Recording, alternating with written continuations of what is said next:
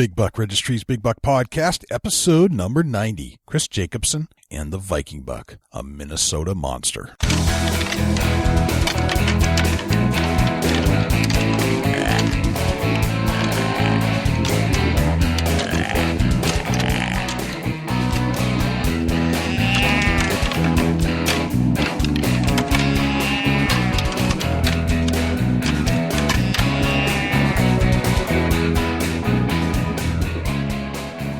The Big Buck Registry is a virtual museum of hunting stories. We preserve a piece of Americana by interviewing and recording hunters about their hunts and experiences from across the country.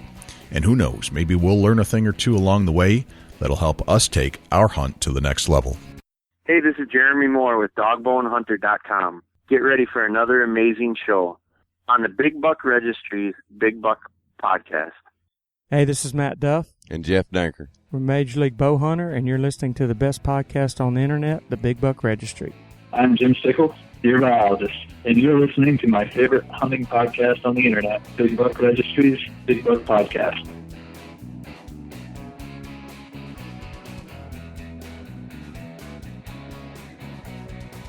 Welcome to the show. This is Jay Scott, your host of the Big Buck Registry's Big Buck Deer Hunting Podcast. I am also joined by my good friend, the hound dog, the Chubby Tines master, Dusty Phillips.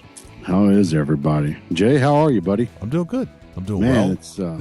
It's good or well? Well, I think it's well. Yeah, I think so. I'm doing well. Either way, I just feel good. I do too. It's great to be back on the mic, and it's great to have all the listeners tune in with us to take the next adventure right here on the Big Buck Registry Deer Hunting Podcast. I love having friends along the way as we get to engage in a great deer story. Absolutely, man. You know, there's nothing better to listen to than a great deer story. You know, you agree with that? I love them. I've always loved them. I've loved them since I was a kid, and to this day, I still love them. It's amazing how this gets in your blood and in your system, and you really enjoy it. You know, it could be somebody you meet in the woods. Could be just somebody you just pull up next to, and they're at the deer station too. Whatever. I'll sit there completely engaged, listening to a good deer story. I've been late to stuff because of a deer story. Heck yeah. Heck yeah. It's amazing though, you know.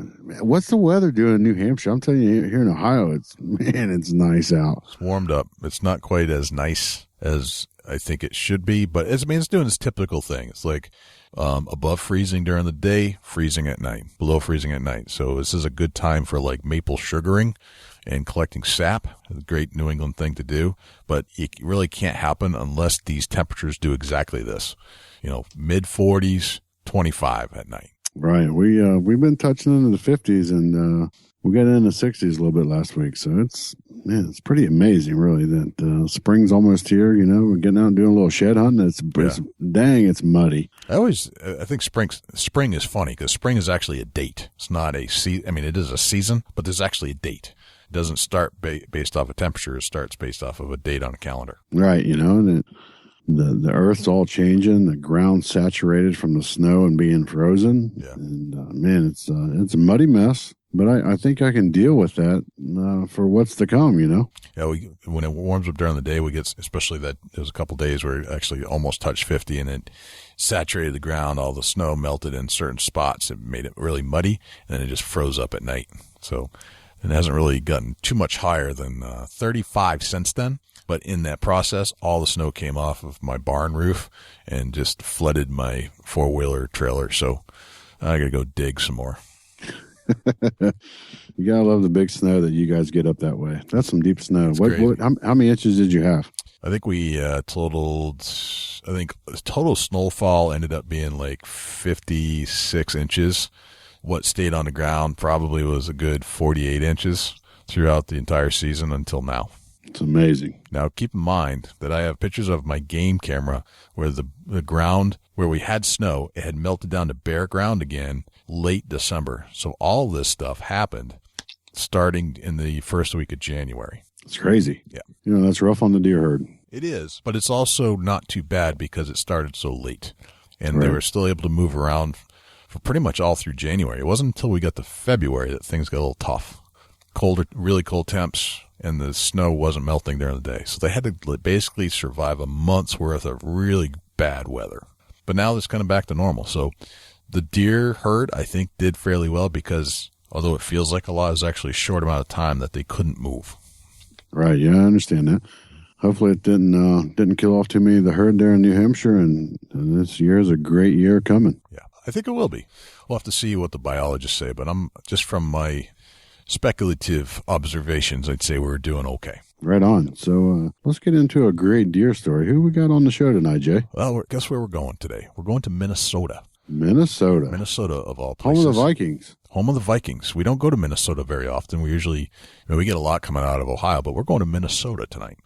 And we're going to talk to Christopher Jacobson, who shot what is now known as the Viking Buck, courtesy of Mr. Dusty Phillips. It's amazing how that, a picture and a few seconds, a deer name comes in my head. You are like a world-class deer namer. Yeah, it's just one of them things that I enjoy it, and I also see the name, Yeah. It was pretty amazing to be able to look at this deer that Chris shot and be able to pull the name as quickly as I did just by looking at it. Now, why did you name it that? Tell me more about what you thought. I mean, we've seen the pictures. Yeah, this deer we're getting ready to talk about tonight on the podcast is amazingly heavy mass on the main frame. The mass is carried throughout the antlers, but throughout the points, G2, 3s. But the main beam on this particular buck, it literally looks like a Viking helmet. When you look at a picture, the antlers are curved up like the Viking, the horns that were on the Viking helmet, and the mass is there. It looks just like the horns on the Viking helmet. If you literally took these antlers off, put them on a Viking helmet, it would look just like a Viking helmet walking at it. If you cut off the short tines around it, it would be a Viking helmet with a really long horn on both sides. It'd be cool. Imagine if you did cut off the tines, it would be like one of those longhorn steers. Yeah, it would. It'd be crazy. Yeah, big mass, carried 5 inches all the way out on average. Yep. From the base was 6 inches, I think Chris said, and the mass runs clear to dang near the tip of the main beam. I mean, it's crazy mass. And we, as I said, I think we need a new scoring system for bucks of this nature.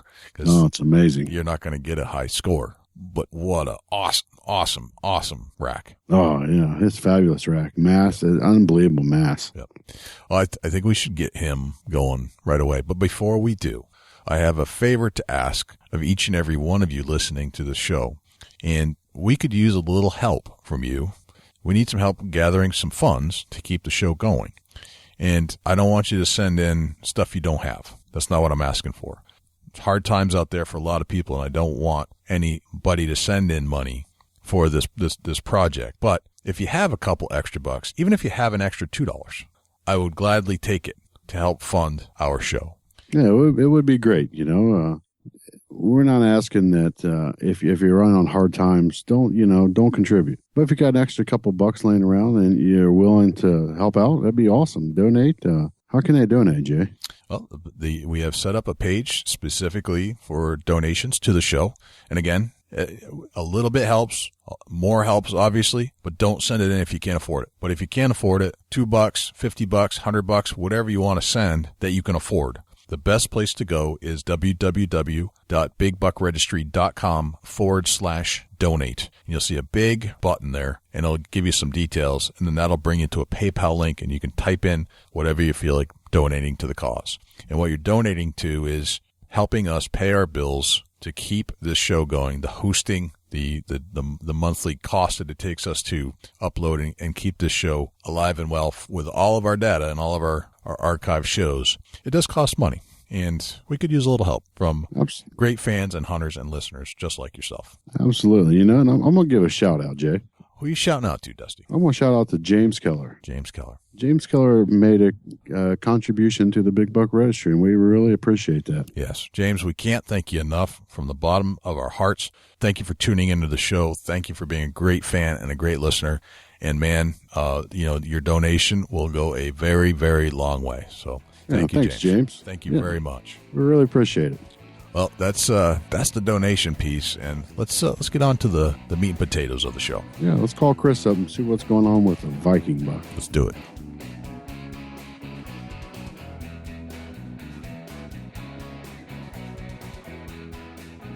Chris Jacobson. Welcome to the Big Buck Registry's Deer Hunting Podcast. How are you? I'm doing well. How are you? I'm doing quite well. Thank you for asking. There's really just a few reasons that we might ask somebody to be on the show. And, of course, our number one reason is that you shot a amazing giant buck. And we couldn't help but notice that the tine mass just blew me away. Thank you. Yeah, this particular deer, I'd have to agree. I haven't seen any personally in all my years of hunting that quite compares to this particular buck. I was pretty blown away with the actual mass of the rack itself. Yeah, it's stunning. It's absolutely stunning. Now, you got to set the stage for us. Where do you hang out? Where do you call home? I live, my hometown is Fergus Falls, Minnesota. I was born and raised there, and I live currently about 9 miles northeast of Fergus.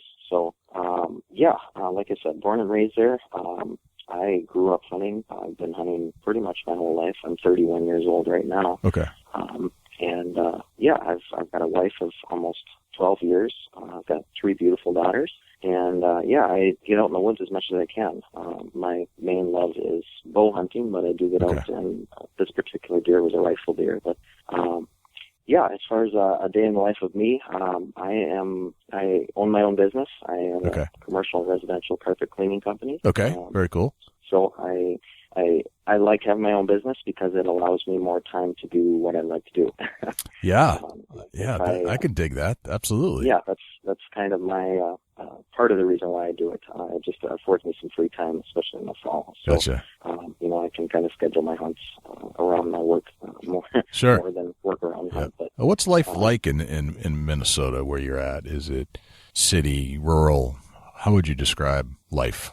Fergus Falls it's somewhat of a retirement community as well as an agricultural area. So we are we are just about an hour southeast of Fargo, North Dakota. Most people have an idea where that is. Yeah, because of the movie. And, the movie has nothing to do with it, what Fargo is actually like. So we are kind of right on the edge of agricultural. Well, it's all around us, but kind of to the east of us is a lot of heavy, rich Red River Valley beet farms, and then to the west of us, and then to the east is a lot of corn and beans. So and a lot to the south as well. So and we're right on the edge of lake country too. So it's just a beautiful area to live and play. Sounds like quite a paradise, actually.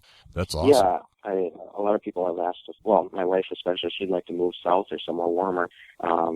Minnesota's a little bit cool in the wintertime, but I couldn't imagine living anywhere else. And like I said, born and raised here, and I love the outdoor activities. Gotcha. How'd you get into hunting? Were you a young child? Somebody teach you? Do you have a mentor of any sort? I would say my dad got me into it primarily. My dad is about as addictive as I am, but he was much more of a waterfowler. Did a lot of waterfowl, upland bird hunting, and deer for him is more of a necessity. He goes out to fill the freezer, and he's definitely not obsessed with deer as much as I am or have become. So I would say, my love of hunting comes from him. I would go out with him as much as possible. Okay. Basically from very young age, 5, 6 years old. So I still hunt with him to this day. So. Cool. That's always nice to hunt with your dad. Yes. It's a blessing. So tell us about your obsession. You mentioned your dad is not as obsessed with deer hunting as much as you are. Let's talk about your obsession here. Sure. Why do you call it that? Well, I call it that just because there isn't a day that goes by that I'm not thinking about some facet of hunting, and deer hunting especially. I'm always thinking about how can I improve the property that I hunt, or what can I do differently? What new tactics can I employ to try to figure out a certain deer? I'm always trying to better myself in that way, and that's really come about over time. Like I said, growing up, my dad wasn't a big deer hunter. We went out for the annual deer opener, which at that time was you got 2 days. So the rifle hunt was a Saturday, Sunday, and that was pretty much it for the year. So we would go out and hunt and just have a good time. It was kind of a get-together with family. And I'd say through high school, early on in high school, I started bow hunting, and once I got my driver's license, it kind of took off from there. Just having freedom of time. Our bow season runs from mid-September through the end of December, so you're talking 3.5 months of time that you can spend in the woods, and it's just so much different going after a whitetail that isn't pressured, like when the Orange Army is out in full force. So right. I would say my obsession started there. Back in high school, a kid other than school, I didn't have any real responsibilities, so it was, at that time, it was quantity over quality. So I spent as much hours in the tree as I could, not necessarily in the right spots, just trying to figure it out. Sure, trial and error, yeah. Exactly. Over time, especially, I'm married now and kids, and I have a life and bills to pay and all kinds of other stuff now. So now it's kind of turned full circle for me, and it's become more quality over quantity. So I don't get out as much as I want, but I make sure that the times that I do go out are the odds are tipped in my favor, if you know what I'm talking about. Right. Right. You do your homework ahead of time, and you pick the right stand for the winds, and hope you play your cards right. So definitely matured that way. But I would definitely say that my obsession just keeps growing and growing, and part of the reason is you never really figure out the whitetail deer. I mean, you feel like you eventually get them figured out, but you don't. So it's a constant learning experience, and that's what I really enjoy about it. Yeah, it's one of those things that always keeps you coming back because you never really solved the puzzle to begin with. Exactly, yeah. Just when you think you have it figured out, the puzzle changes. Exactly, yeah. So your hunting, most of your hunting is done nearby, sounds like, from where you live. Yes. Like I said, I live fairly close to where I work, but I have probably 4 or 5 different properties that I hunt that are mostly within about 30 minutes of where I live. 40 minutes is probably about as far as I go. Okay. We do have a lot of public hunting opportunities as well, but like I said before, given my time constraints, I kind of stick to the private areas that I have, just because everything's kind of set up and ready to go for me. So okay. I focus my time on that. But yeah, I don't drive too far. Okay. So public land is available, but you've chosen not to do it. You've got 5 different properties that you hunt that are private, that are all within 30 minutes of your house. Let's talk about the 5, the big 5 here. Okay. How did you decide that 5 was the right number? And then how did you go about picking these spots? Okay. Well, as far as picking the spots, there was no real formula to that. It's more what was available to me. I haven't gone and done a whole lot of knocking on doors, just for the simple fact that everything that I currently hunt is either family owned or good friends own that. So I would go out and try to find more if I had time to devote to more. Okay. But I feel like I have enough right now that I wouldn't do justice to any more property.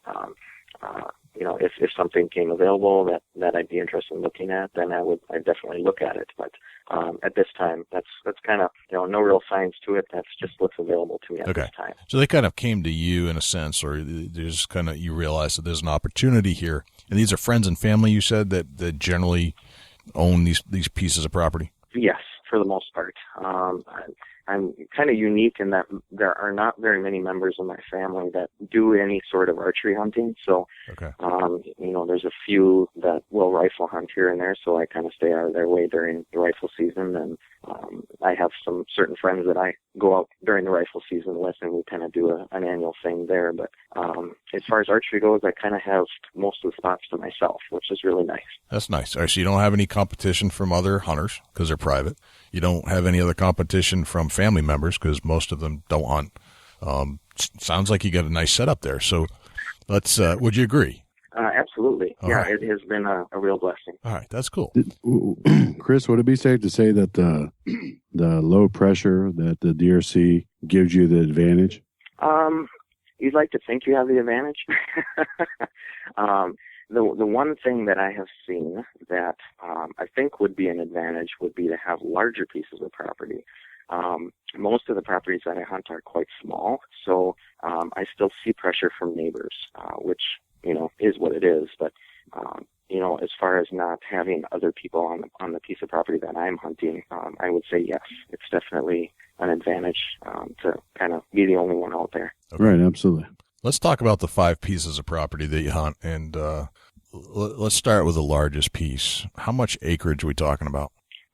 Well, that's kind of a unique story. The largest piece that I used to hunt up until this last season was 200 acres. That's kind of part of the story to this particular buck, was losing that 200 acres and being forced onto the neighboring farm. So for that particular farm is the furthest from my house. It was mostly a wooded cow pasture type land, and I had gained permission to hunt that property back in 2008, and that was my first season of hunting. That was the fall of 2008. Okay. And I've hunted it ever since. And then I did hunt it one time during the bow season back in September of 2014, prior to it being sold at auction. Okay. But I no longer have that piece. Okay, so that one's out of your piece. Did this have anything to do with the story with the buck we're going to talk about? It does. It does. Yes. Okay, so we need to talk more about. Tell us about the other 4 pieces. Sure. Do you end up? I mean, having 5 different pieces that are all private is kind of unique, and especially talk to the people that we've talked to. How do you keep track of them? Do you end up naming them? Do you have a name for a particular tract of land? No, not necessarily. I just name them kind of what they are. The one particular property, I name it by the last name of the owners. Okay. Then one particular piece that I do a lot of bow hunting on is owned by my grandma, so that's just my grandma's farm. Grandma's Yep. property. Got it. Yep. Another piece that I hunt, it's just a smaller piece. It's 18 acres, and that's owned by my father-in-law. So I do quite a bit of bow hunting there as well. Okay. And then I myself, I live on 4 acres. I don't hunt it very much. I do have a stand in my backyard, but when I have all these other pieces to go to, this one kind of gets put by the wayside. So. Okay, so you got a big range, anywhere from 4 acres to 18 to the big one that is related to the deer story. Yes. Yep. My grandma's property is 90 acres. 90. Okay. So I have 4, 18. There's another 80 that I can hunt, and then a 90. And then I've got a couple other farms that I'm just looking at that my father-in-law acquired last summer. I did not hunt them last fall at all, but those are both smaller farmsteads. One is 7 acres, one is 10. So, okay. But definitely have some potential of holding some decent deer. Okay. Now, when you say potential, what do you look at when you're trying to decide whether it's a good piece of property to hunt or not? I look at, especially when it's a smaller piece like that, I look at the neighboring, the surrounding property.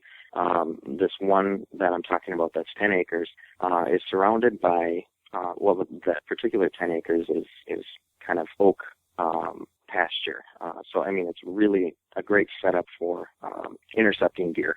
But the area around it is slough land and, lowland with CRP grasses and then some crop field as well. So I look for certain, you want to talk about like funnels and things like that, but when you're talking smaller pieces like that, you need to look at what's going to draw a deer to that area, being you can't, if you see a deer 200 yards away and you're only on 6 or 7 acres, you can't really chase after it. So, those deer have to come to you somehow. So, I look for the surrounding area and, whether the surrounding area is going to hold deer, and then what you can do to improve that particular piece that you can hunt that would draw the deer to you.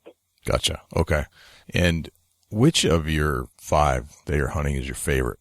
Well, my absolute favorite was the one that I lost. Okay. All right. So let's talk more about that plot. Sure. Then. Tell us, how did you first acquire this piece of property and when? Like I said, back in 2008, this is a family friend of my father-in-law. Okay. It's owned by an elderly gentleman and his wife, and they both hunt. They're an amazing couple. And basically, my father-in-law is not a big deer hunter. He's kind of like my dad. He goes out for the camaraderie and just has a good time. Sure. And he got invited along one year, and it just so happened at the same time I was looking for a place to go. I used to hunt a family farm that was 80 acres prior to that was sold in 2006. So in 2007, I kind of struggled through the year with not a whole lot of places to go, these smaller properties. So then in 2008, I was invited to hunt on this property and kind of have hunted it ever since. So that was kind of how that was brought about. Okay. And tell us about the whole layout of this plot. How many acres are we talking about? What's the landscape? If you had to describe it, what would you say it was like? This one was there was 4 40s that were in a block, so it was a square, 160 acre square, and then there was a 40 acre L off of that, so it was 200 acres total, and then it was kind of a mix of, I would say, probably 45 to 50% of hardwoods, and then the rest was rolling hills, pasture land, and it had a couple of nice sloughs in it. So, it was a really good, the landowner rented it out as pasture land during the summer, which kept the brush down really nicely. So it was a really nice property for, being able to do some still hunting, walking around in. You could see really well. But the deer felt very comfortable there. They were there around with the cattle. There was a lot of, there wasn't a lot of food on the property to keep the deer there, but there was surrounding cropland. So it was just kind of the ideal habitat. And what made it so special is it was just set up as, the old-fashioned deer camp. We had a pole building there that was set up for with bunks in it, and we had a kitchen, and we kind of did our whole thing there. At one time, we probably had 8 or 9 guys and a couple of their wives staying there over the weekend.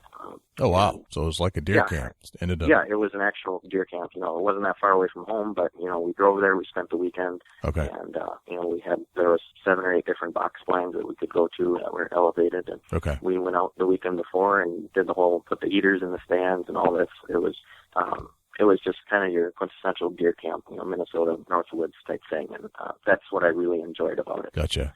Now, where are you located? Where's your town located relative to the state, like north, south, east, west? Whereabouts are you? We are in Midwestern Minnesota, so we are about 25 miles from the border of North Dakota if you went straight west. Okay, got it. All right. Then about halfway north and south in the state.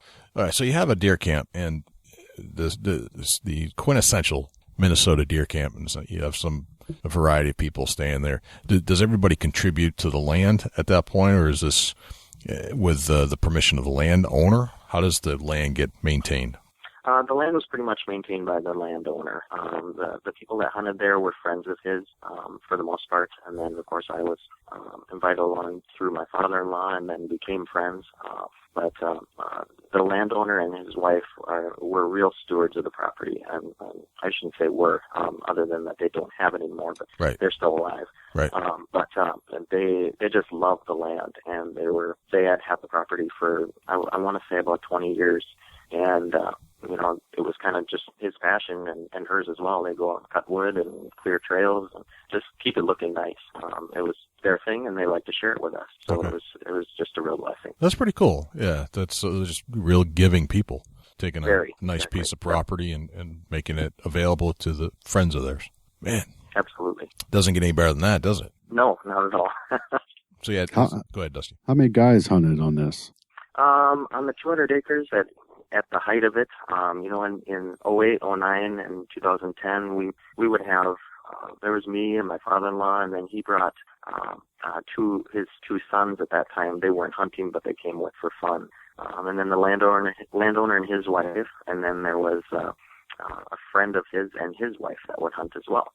And then, certain years there was more than others, in that this other friend and his wife, he had a couple brothers that came from out of state. I believe one came from Colorado, and then one came actually from northern Minnesota and came down and hunted with us a couple times. So, there could be 7 or 8 of us at a time once in a while. Right, and go ahead. I'm sorry. I was just going to say, for the most part, the ones that hunted it the most were myself and the landowner and his wife. So the 3 of us were kind of the mainstays. Right, gotcha. What was 8 to 10 hunters comfortable on 200 acres? That was interesting. It was very comfortable on that property. The landowner, like I said, he takes great pride in what he does, and he took painstaking measures, more so than I would have even thought, to his stand placement. There weren't any stands that could see any other stands, and there weren't any So there was no worry of being shot at. There was landmarks, hills or heavily wooded areas between us that no bullet could pass through. So I found that very interesting when I started hunting with him, that all the stands were placed strategically, that as long as people weren't out walking around, and that was one of his rules for hunting there, that if you're in your stand, you're in your stand. Just so he knew he was the only one that was really allowed to walk around and do any pushes, and just so we were safe and we knew what was going on. So I felt completely comfortable with that many people there, yes. Great, that's awesome. That's quite a few hunters on a 200-acre parcel, but if it's laid out right, it sounds like it's pretty comfortable. It was, yes. And at the same time, we did have the neighboring 80 to the west.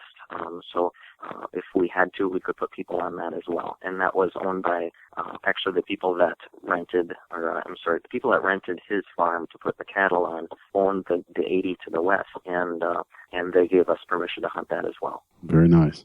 Very nice. So essentially, we kind of had 280 acres to hunt, and that was kind of separated just by a gravel road. Got it. That's neat. So you've got a managed piece of property then, and it's a concerted effort amongst several different people, including the landowners, that let you hunt there. That's nice. Yeah. That's pretty cool. Now, talk to us about the deer management aspects of this land. What kind of efforts were you making to make this into a decent huntable piece of property so that you leave the big bucks and what turned out to be a giant deer that you took? And how did you go about making sure everybody was on board, and about basically how were the deer herd itself, how were they maintaining and staying healthy throughout the year, and have other bucks been harvested along the years? Sure. I'd like to tell you that it was a big management effort, but this particular property was not.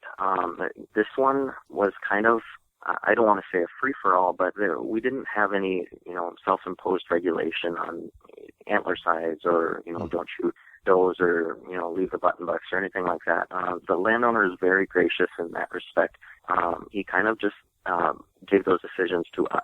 So personally, I typically would wait for a larger deer, except back when I first started hunting there, our tags were much more liberal. We were allowed more deer. Right now we can shoot basically one. Back then, it was kind of the first day, shoot whatever you see, let's fill the freezers, and then we can look for horns later. And that was kind of the plan. But, personally, I would shoot and fill tags, as the deer came. And that's kind of what everybody did. But I'm always looking for a mature buck. But as far as, the management aspect of that particular piece, there wasn't a whole lot there. We didn't do any food plots, simply because of the cattle. It wouldn't have worked. The management aspect of it is pretty boring, I'm sorry to say, but there just wasn't a whole lot going on there. And I never took it upon myself to do a whole lot with that, just because it wasn't something that I owned, and it was about 40 minutes from my house. So time-wise, in the summertime, I'm very busy with work. So I never did anything as far as deer herd improvement on that property. Yeah. Well, you say that that's not interesting, but I think that's very interesting. Dusty, would you agree that, there wasn't a major management effort on this? We always hear that, there's always a management effort. But in this case, there wasn't. I think that's fascinating. Right. Different hunters have different ways of going about a piece of property, The vast majority of those that I hunt with are not trophy hunters, by any stretch of the imagination. I mean, they're meat hunters, and and I would say a lot of Minnesota is that way. The deer camp of the bygone years is kind of just filled a meat bowl, and that's kind of exactly what this was. If you were lucky enough to see a big buck, you take it. I've taken 3 really what I would consider beautiful bucks in that area in the last, since 2009, and several other deer were taken in the history of that farm as well that I would consider to be just beautiful animals. So I think the genetics are there, and as far as I do think there could have been stuff done to promote that. It's just nothing that we ended up doing. Right, I understand that. Let me ask you this. Do you think that the herds are healthier when you go in meat hunting versus trophy hunting? That's a good question. I think in some areas that may be true. Here it's very difficult just because of the regulations. I think in Minnesota it's difficult to manage a herd on a piece of property just because you're only allowed to shoot one deer per year. So it's very difficult for someone who is trophy hunting to, they'll have to forego their entire season to take out a management buck, or again, if they want to just decrease their doe numbers, they would have to forego their buck season or their chance of shooting a big buck just to take out a doe, unless they invite other people on their property to do so for them. So here it's kind of difficult to say whether the herd is healthier. Just because it's difficult to manage them by hunting. Right, just I understand due to regulation. that. Right, that makes sense. And tell us a little bit about the regulations there in your state. Sure. Back when I was younger, and this wasn't too many years ago, we had, let me back way up. When I first started hunting, the state is kind of broken up into a bunch of different zones or areas, and, based on deer density numbers and whatnot, the DNR decides whether they're going to have a lottery for a doe permit, or a lottery or no does at all, or just a bucks only area. So back when I was younger, the particular areas that we hunted around Fergus Falls were typically a lottery for a doe permit, and most people would put in for a lottery, and you'd probably get one every other year. So they were trying to manage things that way. Then it got to the point back when I was in high school, this was about 15 years ago, and this lasted 5 or 6 seasons, where they went to an intensive harvest, which was kind of the entire opposite end of the spectrum, and they went to 5 deer per year, only 1 antlered buck. So you could shoot up to 5 antlerless or 4 antlerless in a buck. So, those were kind of the free-for-all years, and which was really nice for someone like me who likes to bow hunt and rifle hunt and muzzleload. Now, when I say, like now, you can only shoot 1 deer per year, that's 1 deer no matter which season you're hunting. So if I shot one opening day of bow, I'm done for the year. I can't pick up a rifle unless I'm party hunting and use somebody else's tag. I'm going to stop you right there for a quick second. Sure. Do you think that's the results of the 5 deer limit now that they're down to 1 deer, that maybe they over harvested them a few years? Personally, yes. I think that 5 deer free for all, so to speak, kind of went on too long. And I think there's a lot of people in this state that would agree with me on that. And there's a lot of discussion going on about the deer population numbers and the way things are going, simply because 95% of our state last season was a 1 deer limit, and I think it angered a lot of hunters because prior to that, at least half the state, or right around there, you could at least take 2, one being a bonus or a management deer, where you could take an extra antlerless, which was really nice for a lot of people.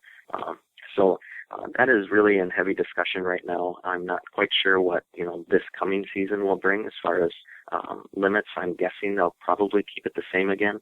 I think they're really trying to figure out what is a healthy herd number for this state, and then and what the hunting efforts are going to be to try to maintain that number. Right, exactly. What stopped the 5 deer season? Do you have any details on what the state, as far as the Hunters United, did to end the 5 deer seasons? I'm not really sure what actually brought it to an end. I guess I'm not sure. I don't have any real insight to that. I'd just like to ask, it's one of the things that somewhat a similar situation here in Ohio, where the deer population is supposedly real high, and hunters' eyes have witnessed that the deers they're not there in the areas where they normally would be, and they're speaking up, and I'm just wondering how you guys went about getting that number brought down to a justification as far as the herd size versus the tags that are issued. That's the reason why I want to touch base on that. There's some different states out there now that's actually in the same scenario, where maybe that they've allowed too much deer harvest, and now they're seeing the effects of it. And if you had information, I'd like to pass it along, but it's no worry that you don't. It's just something that I wanted to ask. Other than, I know, well, no matter what you do, there's people that are against it. So I do know there were people that were against the 5 deer limit as well as there's people against the 1. So, I know they did receive feedback that way too. But I'm sure, yeah. I guess I don't have much insight. I do know there weren't, in my opinion, there weren't a lot of people that actually took advantage of the 5 deer limit. Right, yeah, that's a great point there. Just because they can issue you 5 tags doesn't mean you need to use 5 tags. Exactly. I think even myself, during those 5 or 6 seasons, I don't think I ever used more than 3 tags myself. That's what you can manageably eat in a season, Right. 3 deer is a lot of meat in the freezer. It is, absolutely. Yeah, great point. Just because they issue the tags don't mean you have to utilize them. Exactly. Yeah, I'm glad you said that. That's very cool. Let's talk a little bit about your gear setup. What types of products, things do you use routinely to get ready for a deer hunt? What's in your backpack? What's in my backpack? Well, I'm very meticulous about my scent.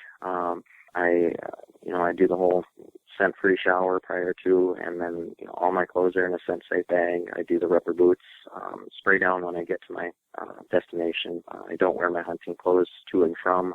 I always dress while I'm there. So, I think a lot of those little things, a lot of people will say they're in your head, but to me, I think they work, so therefore they do. Sure.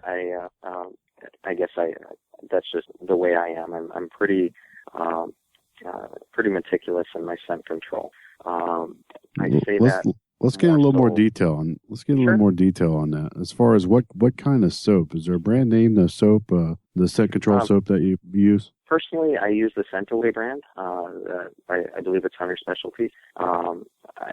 I've always used that, so I use that in the soap. I use that for dryer sheet, as well as the spray. So that's kind of what I've been using. One product that I started using this year that I hadn't used prior was it's actually a Minnesota company, and that's called Nose Jammer. Okay. I don't know if you've heard of that or not, but it's a product. You can spray it on yourself. I personally don't. I've heard of that before. Somebody was talking about that the other day. Yeah. Yeah, I've definitely heard of that myself. Yeah. It's the first time I used it, I thought I messed up my hunt. I sprayed it on my backpack, and the thing just reeked like sweet vanilla and all kinds of what you wouldn't expect to be in the wild. I sprayed it on and I was like, oh my gosh, how is this going to go? So, but basically what I do now is I'll get in my tree. Basically anything that I touch on the climb up, or once I'm getting ready, gets a quick dose of that. And I've really seen I feel the proof is in the pudding, and I've really seen, especially this year, trying to film my own hunts. I did not get busted once this year, and I don't think I can say that in any prior season. And I had deer coming downwind, and just it was never an issue. So I'm a firm believer in the Nose Jammer products. So Nose Jammer, you're believing that it covered you up enough that the deer were downwind and was able to pass by your winded direction. Yes. Interesting. That's very interesting. We like to hear that. Yeah. Need to learn a little bit more about that product. Yeah, it's a great product. I really, I've enjoyed using it. A little bit goes a long way, and it's the reason I started using that. And maybe I should back up a little bit. Back last May, I was brought on as a field staffer for a online television show based out of Northwest Arkansas, called The Hunting Grounds, and Nose Jammer is one of our sponsors. So that's one of the reasons that I've started using that, and that was also one of the reasons why I started filming my own hunts this year and really getting into the deer hunting more so than I have been. So that's what brought on the whole using the Nose Jammer. Gotcha. Okay, very cool. What else do you keep in your backpack? What else do you do to prepare? I always have I do bring some calls along. I always have a grunt tube. No particular one. I can't even think of what I have. I think it's an old Loman I've had for 20 years. And I do have a pack rack, a little packable rattle system, which I absolutely love. It's quiet when you want it to be. And I did rattle in a buck this year and shot that with my bow, so that was fun. I always carry a can call, and my second biggest buck to date came to that. So I'm a believer in that one as well. That was 2:00 in the afternoon on an opening day rifle hunt, and I had him come right into the can call. So I think the calls definitely have their place, especially during the rut. If the deer is there to hear it, you can definitely get a favorable response from different calls. Gotcha. Minnesota definitely doesn't come to your mind as a real rattle type state, and where rattling is real effective. And I would have to agree with that. I've rattled off and on a lot, and personally, I've only ever had 2 bucks come to a rattle, but I still do it. Don't ask me why, but it's just something to do, and it's fun. When it does come together, it's a blast. Gotcha. Very nice. All right, so we've got the layout of your land. We know kind of where this happens, where you hunt, how you hunt, what you got in your backpack. Let's go back in time a little bit and walk through this hunt for this big Minnesota whitetail that you shot. Tell us about the preparation the day before. Like, what's going on in your head about going hunting the next day? Sure. This particular buck I shot on the second day of the rifle season. So I don't know if you want me to go back, prior to a couple days back when we set up stands. Well, let's go back even further. When were you first even aware that this buck might be on the property? Well, that's an interesting story, because I didn't know this deer was on the property. If you allow me, I'll go back to... We'll allow you. Absolutely. Sure. Absolutely. So this stems back to this 200 acres that I used to hunt. I found out just early last year that the landowners were planning to sell. I should back up even a year prior. They sold part of their 200 acres the season prior. So they had sold off 80 of that. So we were hunting on just a portion of the 200 that was left the season prior. And I did shoot a nice 8-pointer that year. That was the season of 2013. But then they had made the decision to sell the rest of it. So they were selling that at auction in mid-September, about a week after our bow season had opened up here in Minnesota. And so I really did not know. Our hunting plans were up in the air, pending who was going to buy this place and when the close date for the sale was going to be, whether we were going to get another season out of this property or not. Well, I come to find out at the sale, there was a couple people that wanted it. They ended up purchasing, and the landowners agreed on immediate possession. So basically that property was done for us. So I did not know up till about 2 weeks before our November 8th rifle opener where I was going to be sitting opening morning. What finally came together is this, I mentioned before, the neighbor to the west, where we hunted this 80-acre chunk to the west. He still gave us permission to hunt. So our plan was, it was just going to be myself and the landowner, the prior landowner of this 200, and his wife. So the three of us were going to hunt this 80, which was neighboring property to where we used to hunt. So like I said, this all came together in the last 2 weeks prior to season. And so we went out, our season's open on Saturday. We went out on Thursday, so 2 weeks prior to season, and scouted it out, figured out where to put stand. I put up a ladder stand based on prior knowledge from that landowner of where to go, just because I hadn't been on the property much myself. Okay. I had walked through a little bit of it, but I went on there very blind, which was kind of odd for me. I didn't really know what to expect for this season in 2014. So I relied heavily on his past experience. One thing that really helped me, kind of alleviate the wondering what ifs. Once I got up in my stand, I noticed there was 2 other old box stands that were broken and laying down in the woods that were near where I had placed this one. So I figured I was in a decent area because, sometimes the old timers really knew what they were doing. And so I feel like, this landowner, he put me in the spot. So yeah, I have to comment on that. When I'm out in the woods and I come across this old wooden tree stand that's been there since the 1940s, you always have to think of what's happened here before? Like, what kind of hunting occurrences went down? Am I standing in a great spot? I must be, because this stand's been here and it's got a lot of history. So I'm with you. The old timers knew just from that experience without all the technology we have today. Exactly. Yeah. And, and once I got up in my stand and really got the lay of the land, I realized, it was a true funnel, for every sense of the word. It was just a beautiful spot. And I was really excited at that point, just to see, what was going to happen. Like I said, going into the season very blind and not knowing the property, but, I was getting excited at that point. The landowner and his wife, we set up straw bales on the ground for them. They're elderly, so they like to sit on the ground. So we set them up with straw bales on the ground. They have kind of their own little forts going on and heaters and everything, so they're very comfortable, and we've got them in good spots too. And they're both excellent marksmen. They're great people. So yeah, that was our Thursday prior to Saturday opening morning. We spent the day out there. It was, as I recall, it was just a bluebird day, beautiful, not deer hunting weather at all. Gotcha. And so that was the start of it. Going into opening morning. Right. What day and season are we talking about here? This is this past season. This would be opening morning would be Saturday, November 8th, 2014. Gotcha. Okay. Yep. Our opening morning, I got up into my stand, and I really had my heart set on waiting for a mature buck this year. Being we only had one tag to use. I have a tag, the landowner and his wife. I'm sorry I keep referring to him as the landowner, but none of us own the property we were hunting on. But sure. We had 3 tags. We talked prior to going out in the woods. We decided when you were talking, this was prior to sunup? Yes. All right. Yes, So prior to sunup. How'd you get to the property? Did you come from your house? Did you stay at the camp? How did that all happen? Let's back up even further. Sure. Well, we lost the camp when everything sold. So okay.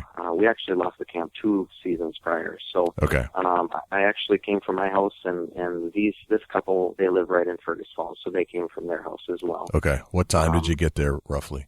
I'm trying to remember what time sunup was. But it was sunrise, before sunrise, a couple hours before sunrise. We're there about an hour and a half before. Okay. Each of us, the husband of the older couple, he drives his wife to her spot. They're both in open areas and kind of cow pasture. Okay. So we all kind of met at the south end of the property. There's where you can drive in there, a gate that's kind of off to the side, out of the hunting area, so to speak. And we kind of get dressed there and go over the day's game plan and say when we're going to meet for lunch. And we discussed at that time, I always like to know prior, if a doe comes by, do you want me to shoot it? Party hunting type thing. Party, okay. And at that point, the answer was no, and I'm completely okay with that. Everybody, our plan was everybody shoots their own deer. So, okay. That kind of solidified in my mind, okay, it's got to be a nice buck or I'm not pulling the trigger. So, okay. What do you have for temperatures that time of morning? What are you looking at for wind and anything happening weather-wise? That particular morning was very windy. We had a strong north wind, which was fine because I had faced my stand to the south, so I had it to my back the whole day. That whole day was windy. It was kind of a bear, actually. But temperature-wise wasn't bad. We didn't have any snow at that time. Okay. I want to say our temps were, I think they were in the 40s and 50s, I think. All right. I'm trying to remember back. Real comfortable, super comfortable hunting weather. Yeah, it was almost too warm. Yeah. I know our first snow of the season came the day after I shot my deer, which would have been November 10th. Okay. So I know opening weekend we had bare ground and we had wind and fairly comfortable temperatures. Okay. So what kind of vehicle are you driving? I was driving a GMC Yukon XL. Okay. At that time. I don't have that anymore, but okay. That was kind of my hunting rig last year, and I really liked it. Gotcha. The hunting rig. Got it. Yeah, it worked out great. I do a lot of bird hunting, too, so it worked out great for the dog. Got to have a hunting rig, man. Absolutely. It's just the way you got to roll. Again. Absolutely. Yeah. Absolutely. Cool. All right. Let's take a break because I don't want to interrupt this deer hunting story, but let's take a break, and when we come back, we'll finish this epic deer tale. Sound good? Absolutely. Okay. You know what the beauty of a podcast is, especially about this show? There's an entire catalog of shows we've done over the years that you can still listen to today because we keep them all there for you to listen to. With 90-plus episodes, Jay, there is a ton of informal podcasts in the archives. There is. There's a slew of them that you wouldn't even believe. In fact, the other day when Jim Shockey posted his picture of Milo Hansen, you know what I did? I went and I found our interview we did with Milo Hansen, which happens to be episode number 40. And I listened to the whole show, and I was just absolutely blown away how entertaining Milo Hansen is. Yeah, absolutely. You know, if you want to get in, I was just on the Outdoor Channel watching some of Heartland Bowhunters episode, and man, what a great video quality that Heartland puts out. You know, if you want to check out their episode, you can go to number 62. One of my favorites is how to cut up a deer. If you do your own butchering, I'd like to learn from the Deer Butcher, which is episode 28. You know, if you want to hear about the controversial king buck, you can go back in episode number 42. That's with Jay Fish is the owner now. And then you can also listen into the story from Johnny King at episode number 53. It's all there. It's all there for you to download right now. And it's downloadable, it's streamable, it's radio on demand. You don't have to listen to the whole thing. You can fast forward through anything you want. I sometimes listen to it at 1.5 times because I want the content, but I don't want to spend all day listening to the show or any show that I'm listening to. That's the beauty of a podcast. We want to say thank you for tuning in to the Big Buck Registry's Deer Hunting Podcast. And I say we get back to the show. Absolutely. So it's windy, it's dark. You guys are coming up with a plan. You drove in, Yeah. You're hanging out, and where do you go from there? From there, my walk to my stand was fairly easy. I just walk up this gravel road. Like I said, there was a gravel road that went between our two properties. So I'm walking north on this gravel road for a couple hundred yards. And, when we put up our stand, there's a 3-strand barbed wire fence there. And we had tied a rope to it where I had to walk in. Otherwise, I don't know if I'd have found it. But Okay. So, I'm walking in with a headlamp and looking for that rope that tells me where to walk in. And, so I got in there with probably 20 minutes to spare, I suppose.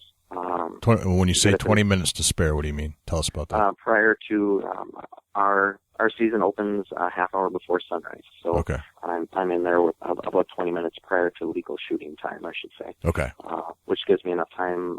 I did bring a camera arm and put the camera on the camera arm and get my final spray down and just kind of get settled in. So I kind of have a pre-hunt routine, just get your seat cushion out and all that kind of stuff. So Okay. make sure everything's good to go. Okay. One kind of a side note this year, I was really worried going into season. I had LASIK eye surgery at the end of November, and so I was actually hunting with glasses this year, which was my first year ever hunting with glasses. I always wore contacts. Interesting. So I was extremely concerned that they were going to mess up my hunt.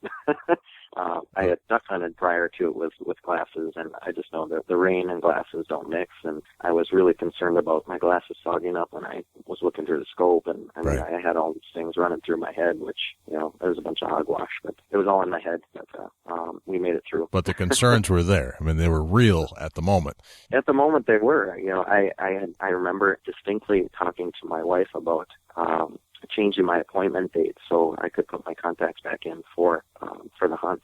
Because I was that concerned that they were going to screw up my deer hunting. Let's postpone the surgery, honey, so I can go deer hunting. That's what I like to hear. Excellent. Yeah, so I guess I am a little obsessive, but that's how I roll, I guess. That's the way I roll too. Absolutely. I'd put off a surgery so I wouldn't miss the deer season. No question about it. Not even a thought. It's just like, yeah, of course. Who even thinks about getting something done when deer season's going on? Right. We'll have to schedule it around that to make sure. Right. Absolutely. Anytime after December 15th is fine with me. Or before September 15th. In between, off limits. Yeah, if the clock ticks deer 30, it's over. You can forget everything else. I get really agitated when people schedule their weddings during that time too. I don't attend. I'm like, not happening. Yeah, that's a fail from the start when they pull that trigger. From the start. All right, we're off on a tangent.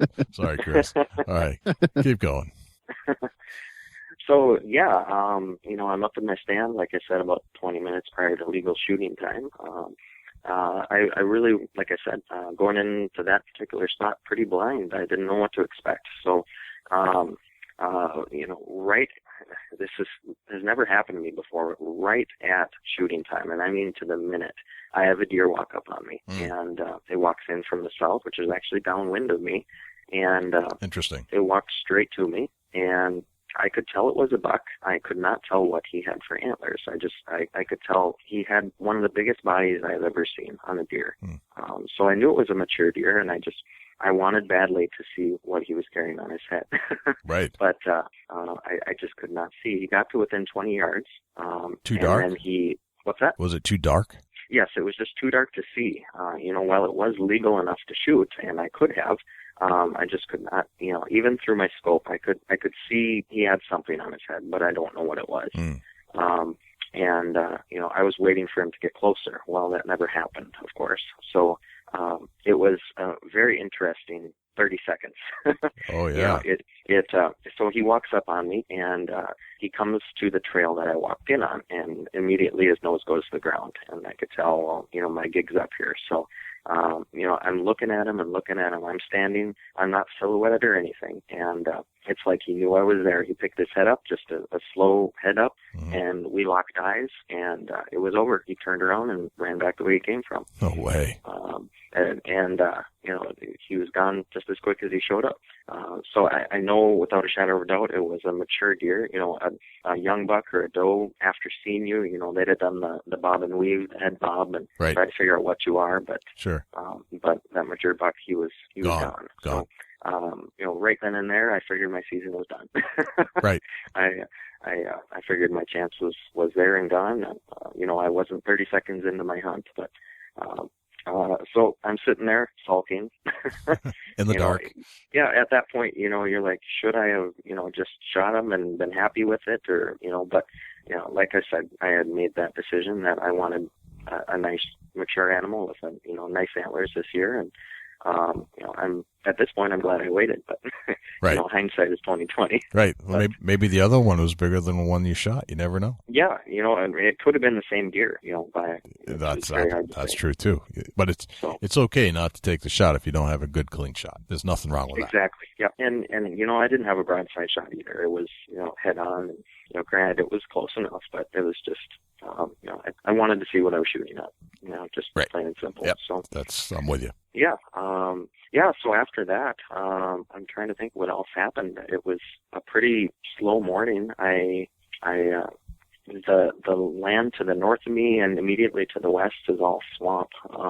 No open water really to speak of, but the water is there. It's just mostly cattails, and there is kind of almost a land bridge that's almost 100 yards long between the finger woods that I'm sitting in, and then there's one way up to the northwest. And as I'm sitting in my stand, I can kind of make out this trail that runs through there. And I realize that trail is coming straight to me. So, I'm watching that every so often. I didn't see any deer there opening day, but the next day I did have a couple come to me on that. More toward evening that day, I did see a couple does off to the west of me, actually pretty close to where I ended up shooting my buck. But no more antlers for that day. So that was kind of it for opening day. Gotcha. Sun goes down. You had an eventful day. You saw some deer. Had a mature buck come through early. Yes. Scene closes. It's dark. You head back to the truck. Yep, head back to the truck. Midday we did meet for lunch, so I wasn't in the stand all day. Yeah. We met for lunch and kind of recapped the day, and it was pretty slow all the way around. If I remember right, everybody did see deer, but there weren't any shots to be had. So, it was. We all scored a 0 for that day. Gotcha. Okay. Deer 1, hunters 0. Exactly. Day 1. All right. So day 2 starts. Actually heading home on day 1, I did see about a 150-inch bruiser standing in the highway. That's always a good thing. Never fails, though. It's about where they hang out, I think, is on the way home. That's where they go. Yeah, I was never fails. Never fails. 2 miles from home, and I'm coming down the road, and it's just standing there right in the middle of the road. I actually had to slow down for it, and he stepped into the ditch and let me pass by and drew a little bit, and that was it. Yeah. So always see more deer on the way home than you do in the woods. Always. Just the way it is. Nature. You see deer where you've never seen deer before. Yes. And yeah, exactly.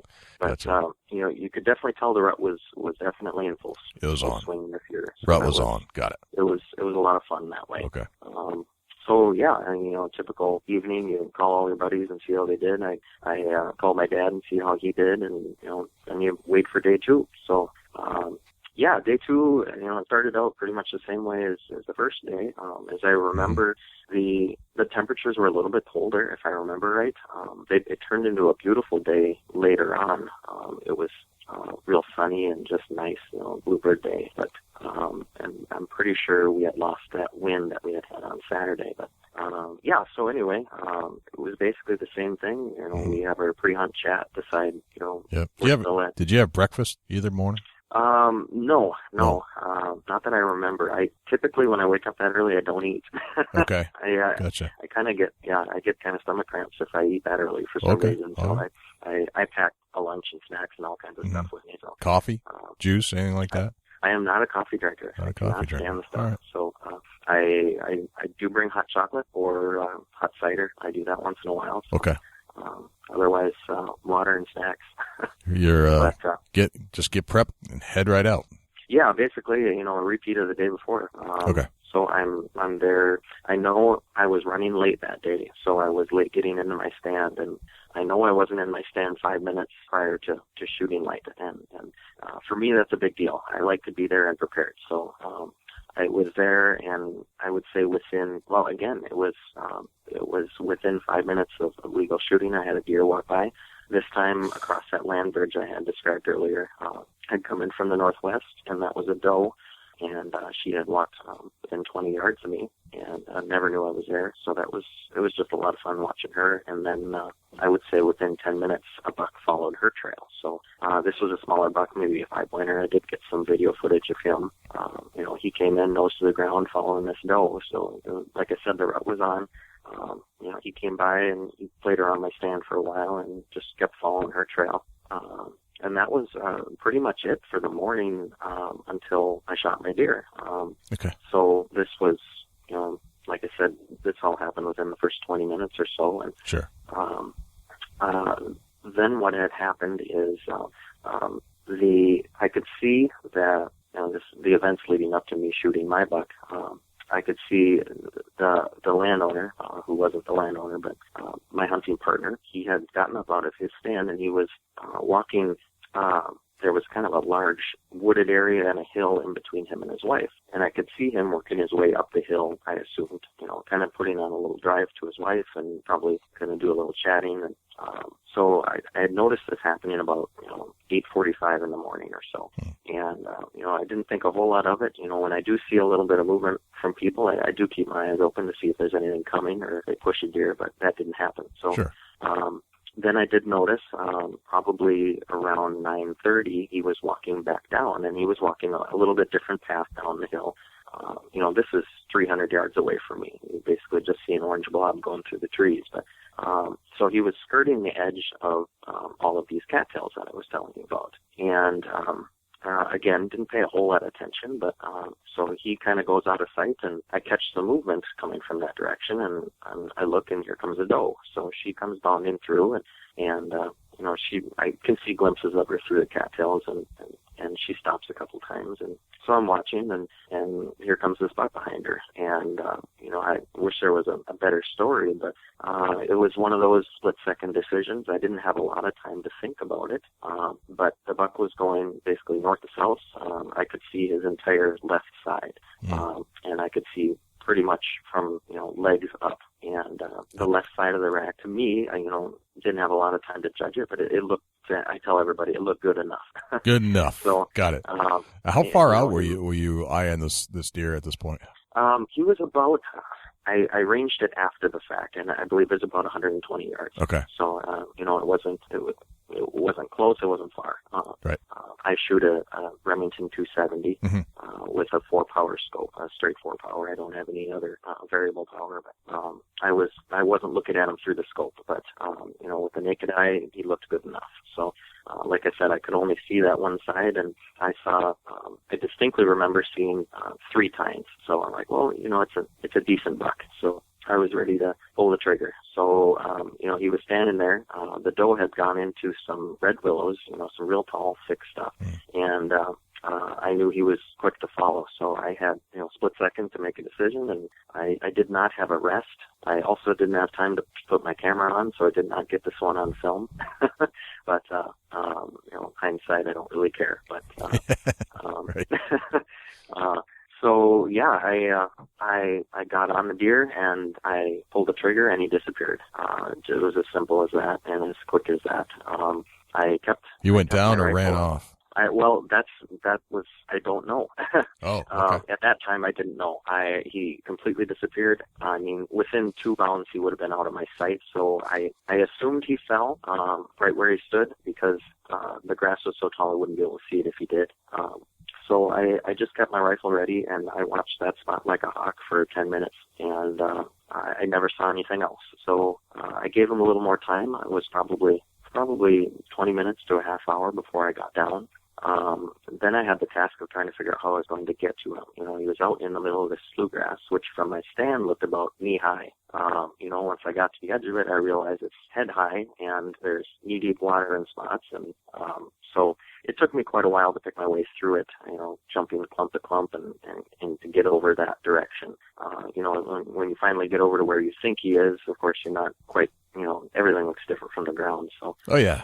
Isn't that amazing? That's a good point. Like, everything you see from the tree stand looks completely different when you get down there. Exactly. It's amazing. Yeah.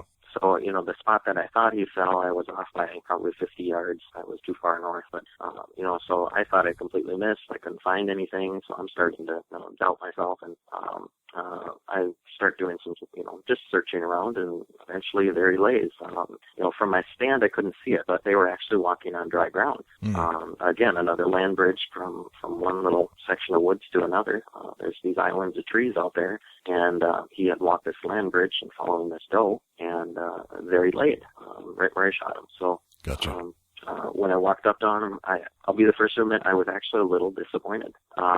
His entire left side was buried in mud, and I'm sorry, was down in the slough grass, so I could not see any of that. And then his right side, he was kind of twisted in a way that the tip of his main beam was stuck in the mud, so I thought it was actually broken. So I didn't know what I had yet. I should back up a little bit. As soon as I walked up on him, that doe he was chasing had actually bedded next to him. No way. So she was bedded down within 10 yards of him. She stood up and took off. That's interesting. Now, you hear about the bucks bedding down by the doe, but that's interesting. You said that. I haven't heard that before. Yeah, she kind of took me off my feet almost. I was looking at my buck, and all of a sudden she takes off out of the red willows next to me there. And so yeah, she had actually bedded down in that time that he was laying there. Fascinating. Okay. Yeah. She must have thought it was time to take a nap like he did. Right. Yeah. So, that at this point, I thought I had a busted up buck, which was, my previous largest deer, was a 9-pointer taken on that other piece of property next door. Beautiful deer, my biggest bodied deer, that I've ever shot. He was just a cow. But he was all busted up too. So, I was no stranger to that. And, to me, it's a trophy either way. These old battle scarred deer, I think are just cool. Oh yeah. I actually, that particular buck I shot in 2009, he just has a goofy rack. He has a extreme, inside curve on one main beam, and the other one just kind of swoops out and doesn't match at all. And, he's got 2 busted tines, and, he went 258 field dressed, and just, nice. He just looked like a bruiser and just an old deer. And, I actually got him, I originally put his rack on the wall just as a plaque, and I regretted it. Every day I looked at that, I regretted it. And, finally decided to get him mounted. I actually got him back from the taxidermist just a week ago, so I've been looking at him every day here. But and that was my deer from 5 seasons ago. So, but anyway, back to this buck. So yeah, I finally grabbed hold of him and cleared everything off and realized what I had. And I am not an emotional person, but I did cry. No way. My wife would be the first to tell you, I'm not an emotional person. I don't get worked up about hardly anything. And this deer brought tears to my eyes. I was that excited.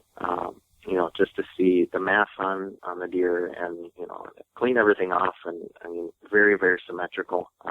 And to have the split G3s the way they are. It makes him a non-typical, but he's a very typical non-typical. He's just a neat deer, and a very heavy deer, and just I couldn't be happier with him. Yeah. Did by chance you name that buck? Did I name him? Yeah. I did not personally name him. I've got a friend that he's got 5 deer on the wall, his biggest being a 163, I believe it is, and he called his biggest deer Tweaky Hogface. And Tweaky Hogface. Yeah. Wow. And when I sent him the picture of this one, he kind of dubbed mine the same thing. He said, "You got your own Tweaky Hogface." So I guess that's what I call him. All right. Like, we can't have 2 Tweaky Hogfaces on the planet. So no, I guess I haven't named him. Dusty is a world-class buck namer, just so you know. So I think Dusty's going to give it a shot here. Yeah, I did check the buck out. It takes me a few minutes to do the thorough examination and get it in the classification of the name that it deserves. I looked at that buck that you shot, Chris, and I come up with the Viking buck. Oh. If you look at that deer, it looks just like a Viking helmet. It does. That is a great name. Absolutely. So that fits the state you're in. Yes. And it also fits the rack that's on top of the deer, because that thing, first thing that popped in my head, that's a Viking helmet. Look at that thing. Look how heavy. It really is. It looks like it's got the bull horns coming out of the metal helmet, Yeah. The big, huge mass. I'm going with the Viking buck. I'll second that. I like the name. I think I'll keep that. I'm I with won't you, take man. credit for it, though. That's a great name. Viking buck. I love it. Especially his brow tines. They come straight up, and they're just daggers. They're going to inflict some pain. Yeah, so it just fits the buck.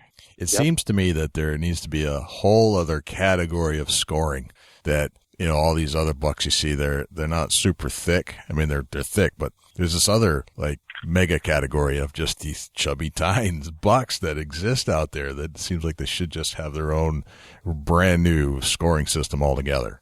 Yeah, and it's interesting you say that. I have a good friend of mine he's an insane whitetail hunter. He's up there with me. He's more of a bow hunter. He has shot some massive deer as well. His biggest being, I believe it's a 193 non-typical. But he's got some mass as well. And we were both chatting that the scoring system doesn't give enough credit to mass. It doesn't. He brought up a good point that I thought was very interesting, that they should do like a water submersion. So you're actually getting like cubic centimeters of antler. Right. And it would take out all imperfections. It would just displace water. That would be kind of interesting. That would be the pure system altogether. It would, absolutely. Yeah. I guess you could add in symmetry somewhere if you wanted to, but I think that would be the pure mass way to check the rack. Exactly. Like, just score. It would be. How much water did you displace? That would be it. Yeah, I personally, I would love to see something like that implemented, but there's nothing wrong with the score or the scoring system that is in place right now. I feel like it doesn't give enough credit to the mass. I agree. I completely agree with that. I think that there's this whole other category, like I said, that it almost deserves a whole other, you got the typical, the non-typical, then you got the Viking bucks. That's what we need. We need the Viking scoring system. What's the biggest mass on the main beam of that buck? Let's see. The biggest mass measurement, I got 6 inches on down at the bases. And all my measurements were, well, except right out to the ends, all my measurements were, I had 6, 5 2/8, 5 7/8, another 5 6/8. So I mean, it's thick from top to bottom. The main beams really, they just carry the mass all the way out. Even it had to be scored as an 8-pointer, so I had to take the measurement halfway between the last tine and the tip, and even that is 4.5 inches. Wow! So this Viking buck, and I'm going to explain this for the listeners. I mean, this thing has mass from the bases clear to the tip, and you're talking out towards the tip. It was 4 inches, so it carried an average of 5 inches all the way through the main beam on both sides. Yes, basically. That's amazing. The tip is twice as thick as a really quality deer that would be on the base of the main beam. Oh, absolutely. That's insane. And another testament to the actual mass is like the outside spread is 20 inches. The inside spread is 16. So that tells you each antler is 2 inches wide. Wow. Just looking down on it. Right. It's really remarkable. And another thing that's interesting is both of the tips on the main beams are bladed, so they've actually flattened out, and they look like knives, kind of on the leading edge of both of them. So it's really interesting. There's a real tight curl to both the antlers, both the main beams, that are actually look very similar to the deer I shot on a neighboring property in 2009. I personally believe they're related deer. They both share the mass. That one had 5.5-inch bases as well. So, I've shot 2 deer on that basically same property that shared these mass genes. So, I think they're related deer. I would second that. Absolutely. It's, you get a nice little gene pool of fatty tine bucks walking around out there. That's awesome. Yeah. Awesome. It's a sweet rack. Land of the Viking bucks. Whew. That's awesome, man. Yeah, I'm real happy with it. I just, store aside, it's just, it's got the character, and I don't know. If you look at, all the different characteristics of a rack, you can have width, you can have height, you can have, length of tines, and you can have mass. Personally, I just love the mass. I just think it's impressive. I don't want to toot my own horn because it was a luck deer, and I'm not going to say that I'm the best hunter out there and that I grew this deer for the last 5 years. And, I'll be the first to tell you that I drew the lucky straw that day.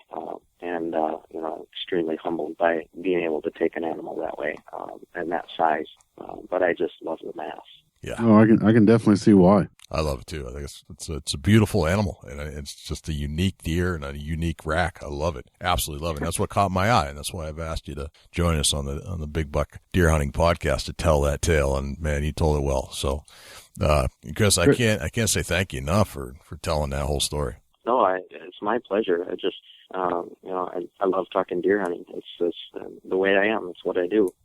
Awesome. But yeah, yep. Just give us your best deer hunting tip, Chris. You got one tip. Your best number one deer hunting tip. Let's hear it. Of all time. What do you got? Of all time, based on my prior experience, I would say it's just to be persistent. That's it's not really a tip. It's just figure out what you want to do, what your goal is, and set that goal, and don't let anything get in the way. Right. That's a great tip. Great tip. Well, that was just fantastic, Chris. Thanks for joining us on the Big Buck Podcast, and thanks for joining us on the show. Yeah, absolutely. It was a lot of fun.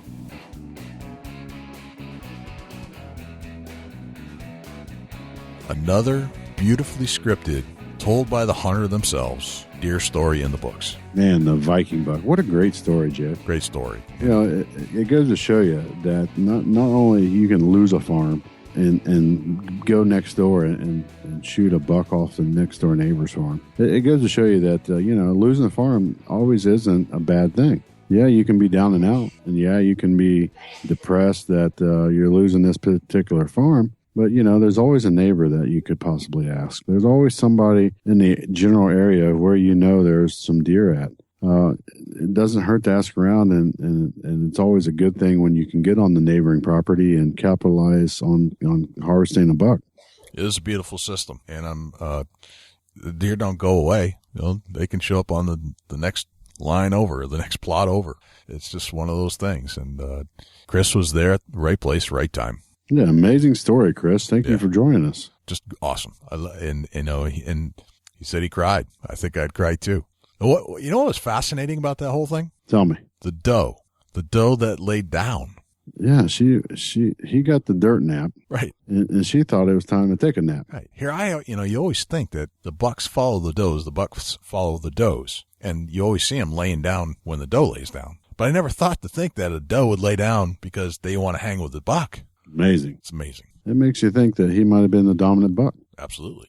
It makes you think about a whole lot of scenarios in that situation. You might change up some of your hunting tactics just knowing that. Right. Absolutely. In a couple scenarios, Yeah, I agreed to that. It could potentially be a buck, that the doe is in love with or whatever. Right. And she followed his every move. Right. Where is she going right now? Right. As opposed to where are they going to and what's following? It might be where is she going to go to? Just this little details, just little things sometimes make all the difference. It's almost like a tip in itself right there. It really is. Speaking of tips, Dusty, do we have a Chubby Tines tip of the week? We do, Jay. I'm going to get into a little bit about shed hunting. Shed hunting's not easy. Shed hunting, you're not successful 100% of the time. But it's the experiences and the memories and the good times you had while you shed hunting that matter. So if you're going out shed hunting and you don't find anything, go again and again and again and again. One of them times you're going to go out there and there's going to be an antler laying there, and it's going to make the whole experience come together. That's my tip of the week. Don't give up on shed hunting. They're out there. You just got to locate them. Gotcha. Love it. Awesome, man. Well, it's been another fantastic show, and I'd like to kind of run down a little bit about where we can find you and where everybody else can find me. But before we do, I'd like to just ask once again, if you have a couple extra bucks kicking around that you're not using, and you do listen to the show and you love the show and you love the Big Buck Registry and Chubby Tines Outdoors and you love all the pictures that show up, we're wondering if you might be able to help us out and send in a buck or $2 or $5 or whatever you have, $50.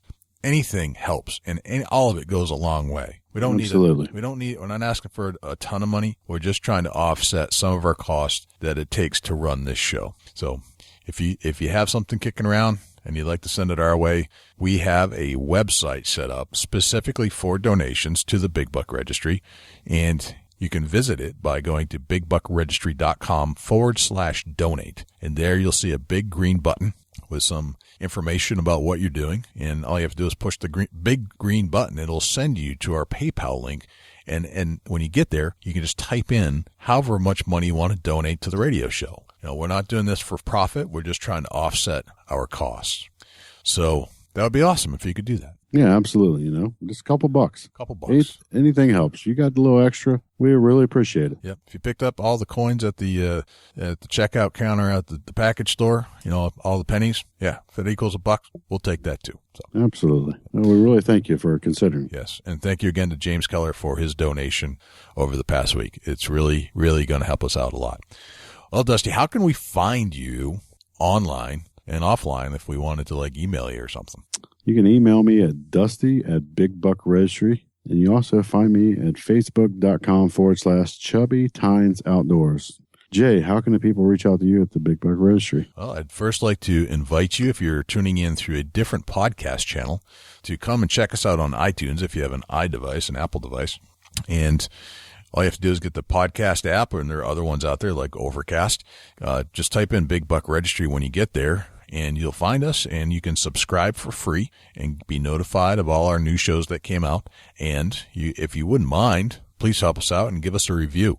If you haven't done that yet, we could really use the reviews. It helps us rank. It helps us show that we're doing well, and iTunes likes that if you say we like your show.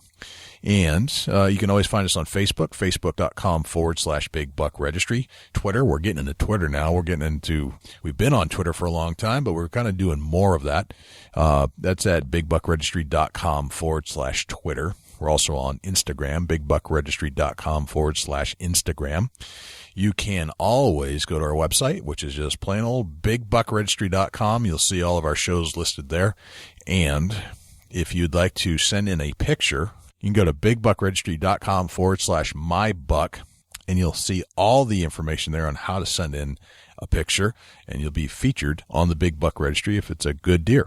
And if you'd like to do a share for share, if you're in the outdoor industry, you can go to bigbuckregistry.com/S4S, or you can just do the old school method. You could either call me, 724-613-2825, leave me a message if we don't pick up, and you could always email me, jay@bigbuckregistry.com. I think that's all the places we're hanging out, man. Big Buck everywhere. Big Buck. I love it. Hey, we got I'm not going to let our cat out of the bag here. Yeah. We got a project that we're working on, and, I think April's going to be an awesome month to be tuning in, and we'll be launching our new project. Yes. We can't let you know what it is yet, But stay tuned. There's something big on the horizon. There is something big. Huge, bigger than anything you ever thought about. You know, I want to shout out to the guys up there at the Up North Journal. Mike and Red, hope all's well. And, we look forward to our next adventure with you. Absolutely. I'm going to give it a couple shout outs to Up North Journal, Carrie Z over at Carrie Zilka. I'm going to give a shout out to the Fish Nerds, my good buddies Dave and Clay over at the Fish Nerds, Brandon Hammonds over at Take Aim Outdoors, and Ken Blanchard from Blanchard Outdoors. Awesome. Shout out to all those guys. All great podcasts, all things you should be tuning into. If you're listening to this show, you want to listen to all those shows too. Absolutely. Well, man, I think that's a wrap. That was a great show. And thanks again, Chris. Thanks again, James Keller, for your donation. We really appreciate that. And, yes. You guys take time. And if you got a few extra bucks, Big Buck Registry /donate. Yes. Donate a couple bucks and help us out with the cost of the show. We're rocking and rolling, and we got some awesome things coming in the future for everybody, and we sure do appreciate you tuning in with us every week right here on the Big Buck Registry Deer Hunting Podcast. I'm Dusty Phillips. And I'm Jay Scott. We'll see you next week. Can't wait.